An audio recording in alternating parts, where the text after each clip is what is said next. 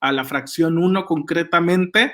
Antes decía esta fracción o hablaba de la Bolsa Mexicana de Valores y el Mercado Mexicano de Derivados, y ahorita lo hace ya de manera general, las sociedades anónimas que obtengan concesión de la Secretaría de Hacienda para actuar como bolsa de valores. Ya lo dejo un poquito más genérico, entonces se amplía y se sustituye que solo decía la Bolsa Mexicana de Valores, ¿no? Entonces hace ese cambio.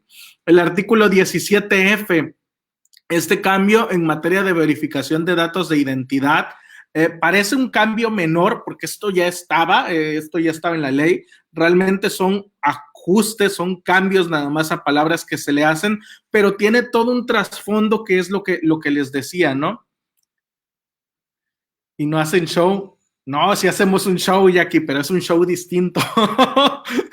Distinto al de siempre. Pero este cambio es de esos que parecen sencillos, pero tiene toda una implicación, ¿no? En este caso, el artículo 17F nos habla de los particulares que determinen el uso de la firma electrónica avanzada como medio de autenticación o firmado de documentos digitales. Esto ya estaba, la forma, el hecho de que los particulares pudiéramos acordar emplear la firma electrónica como un medio para firmar documentos digitales, que se me hace muy interesante, ¿no? Y muy accesible, sobre todo con ese tema de la fecha cierta, sería bastante útil para firmar los contratos y pues que quede la fecha cierta con un CFDI, ¿no? Entonces, aquí la palabra, el artículo 17 decía que acuerden, se cambia la palabra, ahora dice que determine y le agrega este tema de así como de la verificación de identidad de los usuarios, ¿no? Entonces, en este caso, lo que maneja es que los particulares vamos a poder determinar, ya no acordar, utilizar la firma electrónica avanzada para firmar, para suscribir documentos digitales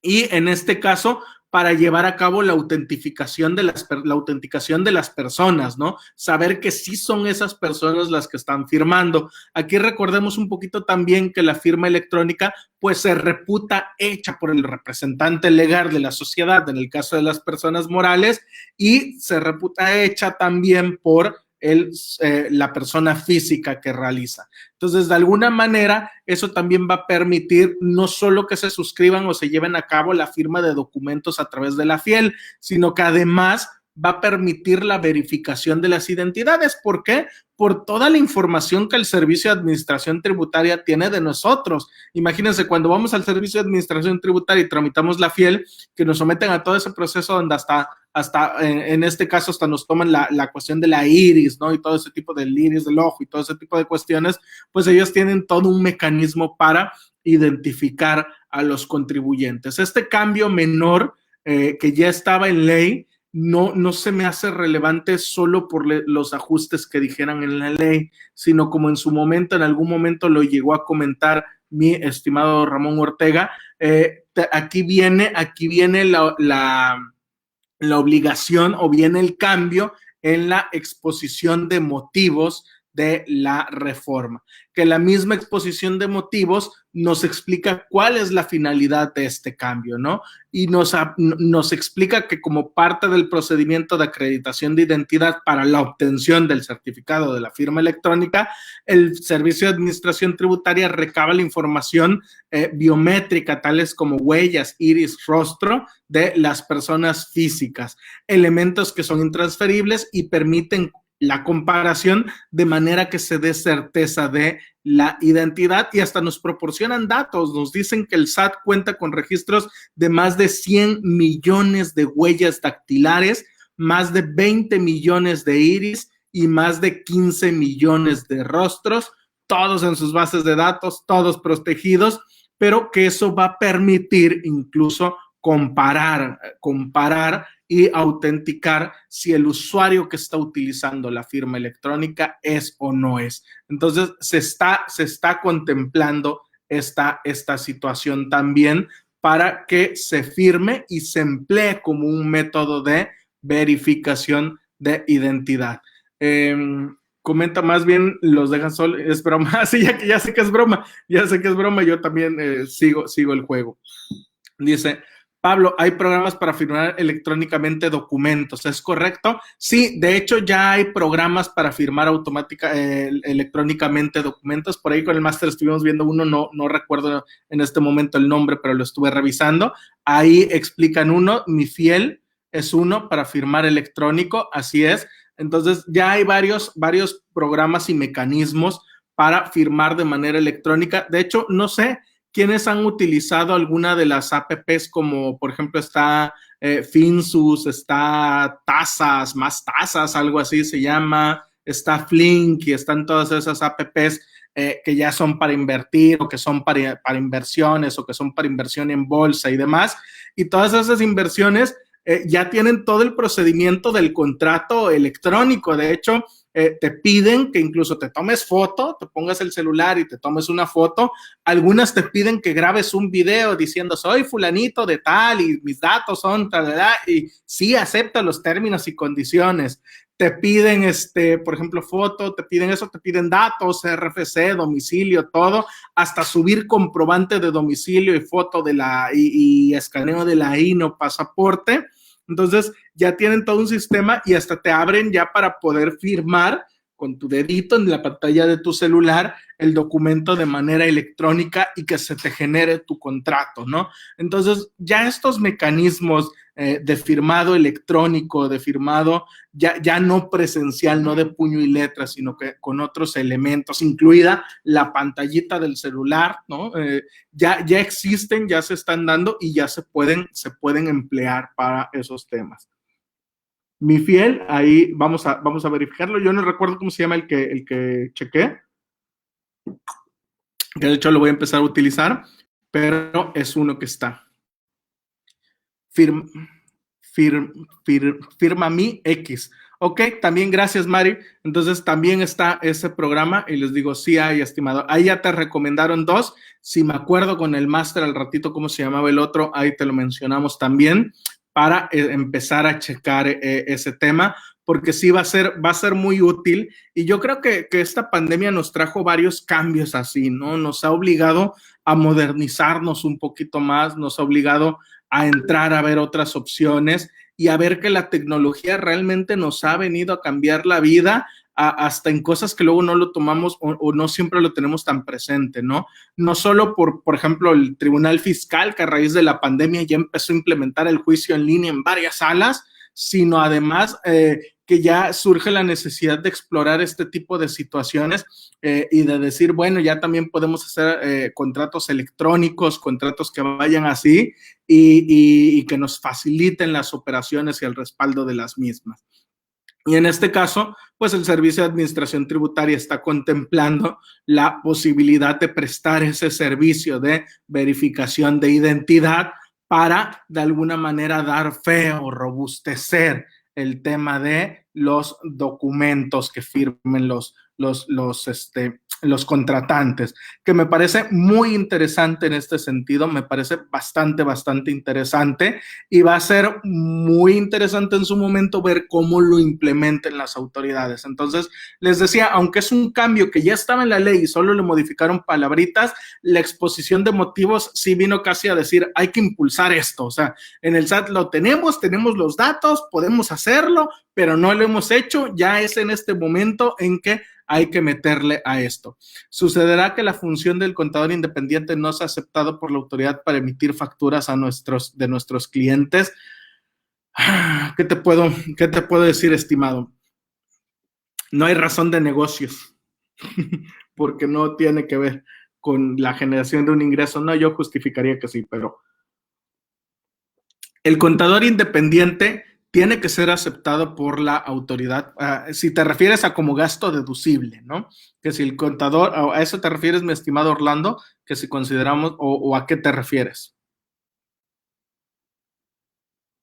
O que nosotros yo como contador no emita las facturas de mi cliente, sino que las emita directamente el personal de mi cliente. ¿A eso te refieres? Si me puedes aclarar nada más la duda para darle respuesta. Pues es que en teoría, al expedirse la factura, quien le está emitiendo es el contribuyente, no el contador en estricto sentido. El contador puede tener la fiel, puede tener todos los elementos y puede ser la persona encargada de generar la factura, pero es la persona encargada materialmente, físicamente de generar la factura, pero en términos legales, quien está haciendo la factura es el contribuyente, porque va con sus datos, va con sus sellos, va con todo emitida en este caso con sus sellos, ¿no? Y sus características, y tendría que ser emitida directamente o se considera emitida directamente por el contribuyente. Yo no creo que llegue en el momento en que no sea aceptado por la autoridad. Yo sí considero que eso ya sería un abuso, porque realmente el contribuyente no es aún las personas físicas en la vida práctica no siempre es el contribuyente el que hace la facturación. A veces se le encarga a sus hijos, al papá, al esposo, a un empleado, a quien está en la caja, incluso se la puede encargar al contador. Entonces sería un poquito ya exagerado obligar que sea el contador, que sea por fuerza el contribuyente y que no sea el contador quien le puede expedir la facturación. Yo eso sí lo veo exagerado, no creo que lleguemos a ese punto, no lo creo, ¿no? Sobre todo porque legalmente, pues quien se considera que emite la factura es el contribuyente y definitivamente legalmente es el contribuyente. Yo eso es lo que opino.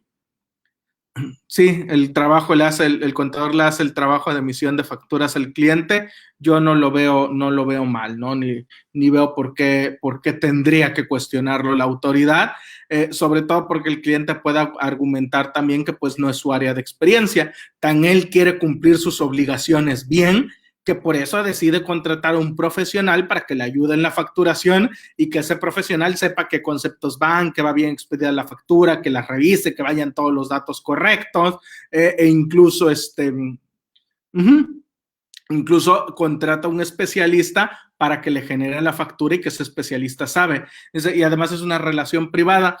Sí, Yasmín, exactamente, es una relación privada, que ya el SAT también está queriéndose meter ahí en relaciones privadas, pero bueno, sirve todavía como argumento. Es un acuerdo entre las partes donde tú decidiste llevarle la facturación y no hay ningún problema por eso, ¿no?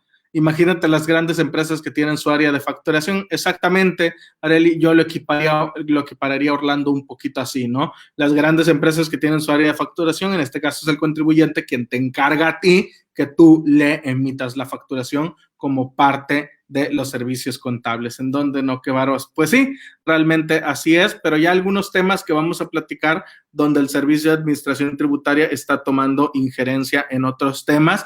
Y, por ejemplo, ahorita que dices, Yasmín, de la relación privada, por ejemplo, se me vino a la mente y me acordé mucho de un caso en el que hubo un contrato de préstamo. Una persona le prestó al contribuyente. El contribuyente le prestó dinero a una persona y la persona le estaba pagando al contribuyente. Entonces la autoridad le hace una fiscalización al contribuyente y le dice, oye, estos depósitos que te están haciendo son ingresos. Y el contribuyente dice, no son ingresos, es pago de préstamo. Me están pagando un préstamo que yo hice y que me lo iban a pagar de manera mensual. Y entregamos el contrato para demostrar que si era un préstamo que había hecho y que se lo estaban pagando conforme lo que decía el contrato, pero resulta que la persona que estaba pagando el préstamo se atrasó en un mes no lo pagó, se atrasó y lo pagó al mes siguiente junto con el mes corriente, o sea, el mes siguiente pagó 2 y le estaban diciendo, ya ahorita que hablamos de relación privada, le estaba diciendo a la autoridad, es que como no se cumplieron las cláusulas del contrato, porque quien te iba a pagar el préstamo se atrasó y como se atrasó no te lo pagó en tiempo, no se cumplieron las cláusulas del contrato y por lo tanto ese contrato no sirve para probar el préstamo y el pago del préstamo y esto es una operación casi simulada, el contrato no estaba notariado el contrato no sirve como prueba porque no se cumplieron las cláusulas del contrato. Y yo dije, ay, güey, o sea, todavía peor que juez civil y mercantil, ¿no? Ya se mete no solo en la relación, sino hasta evaluar si se cumplieron o no las condiciones del contrato, y si no se cumplieron, operación inexistente. No es un préstamo en este caso, perdón, es un ingreso. Y dices, óyeme, pero a ti no te tiene que importar eso. Yo te justifico el origen del dinero, y si las cláusulas se cumplieron o no se cumplieron de manera distinta, eso no tiene nada que ver. Las partes estamos contentas con eso y tienes que respetar esa